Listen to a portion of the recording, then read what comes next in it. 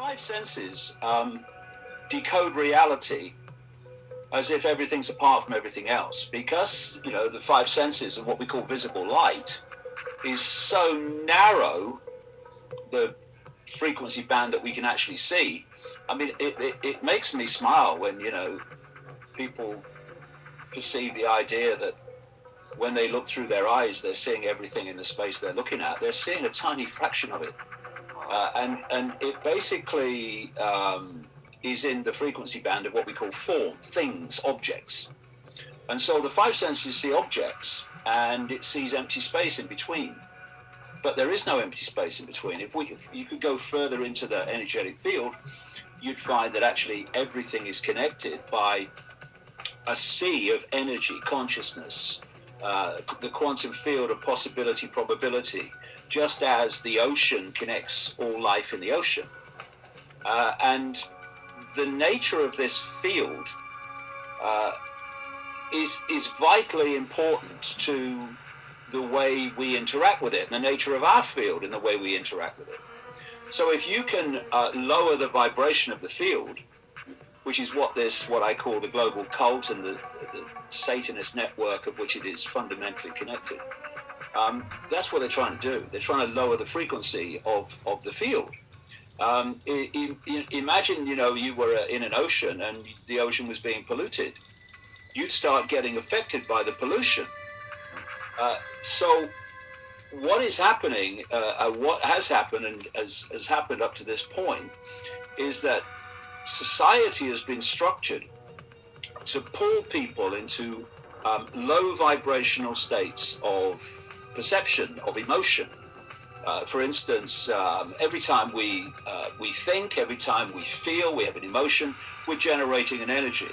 And that energy is basically our field. It's what we're broadcasting on. So joy and love are very high, fast frequencies, wavelengths. And depression and fear, particularly fear, they're all expressions of fear. Anxiety, all these things are low, slow wavelengths. And the idea is to pull us and the field into those low vibrational wavelengths. So not only is the field affecting us in that way because of its vibrational state, it's a feedback loop. Our vibrational state is feeding into the field. It's like a self-fulfilling prophecy of low vibrational states. And what the truth vibrations are, as I was writing about from 1990 onwards, is an infusion of high vibrational energy into the field. Now, if you are still in a low vibrational state, then you it's going to pass you by like radio stations on different wavelengths.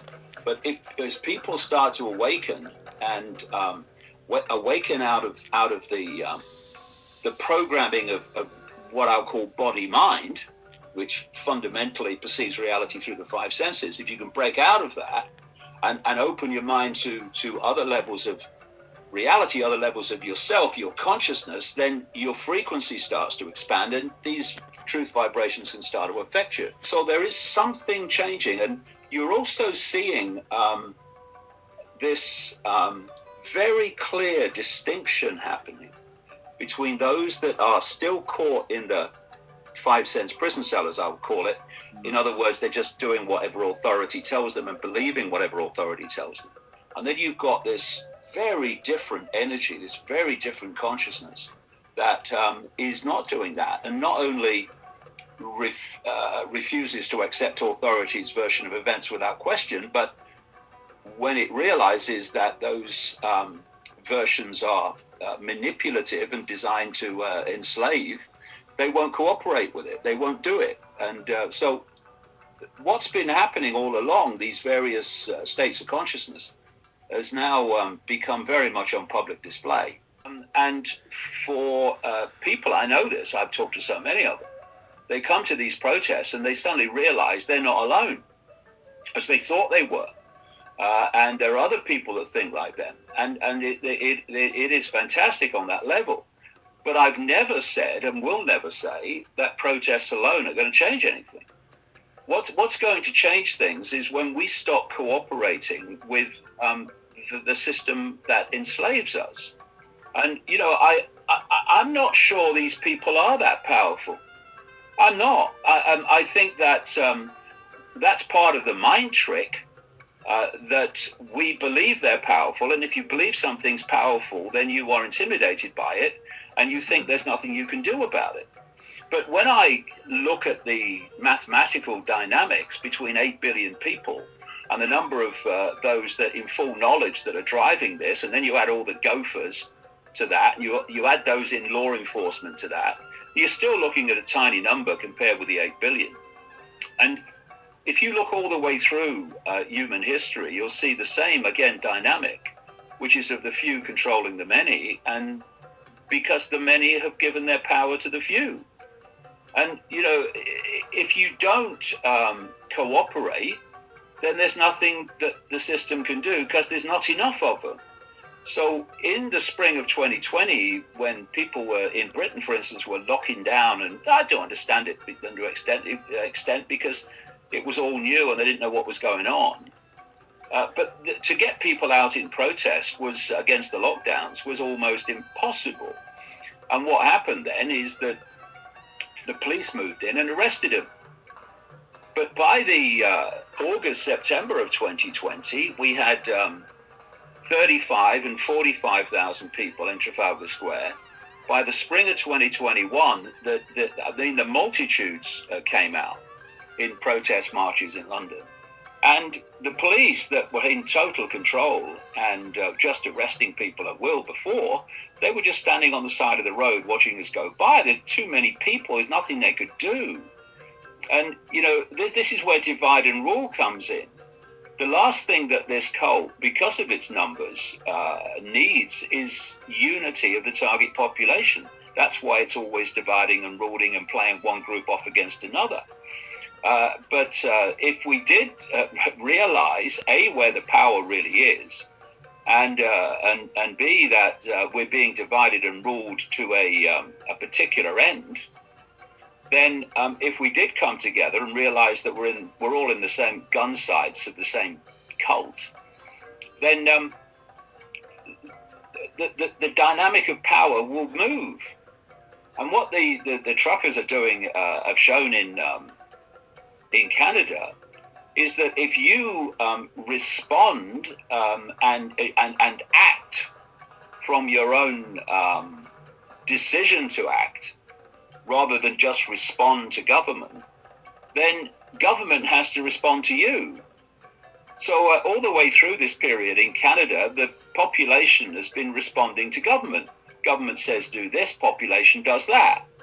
And then the truckers say, we're not doing it, and indeed we're going to come and disrupt your system. Now the government's having to react to them. So, one protest or, protests in general are not going to change the dynamic of human control. Only refusal to cooperate with our own enslavement is going to do that. But it's certainly a very significant contribution to it on many levels. Like I say, it's given so much comfort. These London events have given so much comfort to people who thought they were alone. Conscious level where we just gave up all our great I am to other people. Well, it's a mind trick. It's all mind. The whole thing's mind. This reality is mind. It's all psychology. This is why the people that have been driving the response to, quote, COVID in Britain have been psychologists out of the Behavioural Insights team, which is part owned by the UK government, also known as the Nudge Unit, which is about manipulating people psychologically so they act as you want them to act. All these restrictions and these 3-word mantras they keep coming out with all the way through the COVID era, they're all psychologically founded. Because when you break it down, human society is the sum total of human behavior. And human behavior is the sum total of human perception. We behave as we do because we perceive as we do. And so the stadium in which this whole thing is played out is the human mind. It's human perception. And this is why they've had this hysterical censorship, getting more hysterical all the time, it's because we form our perceptions from information we receive.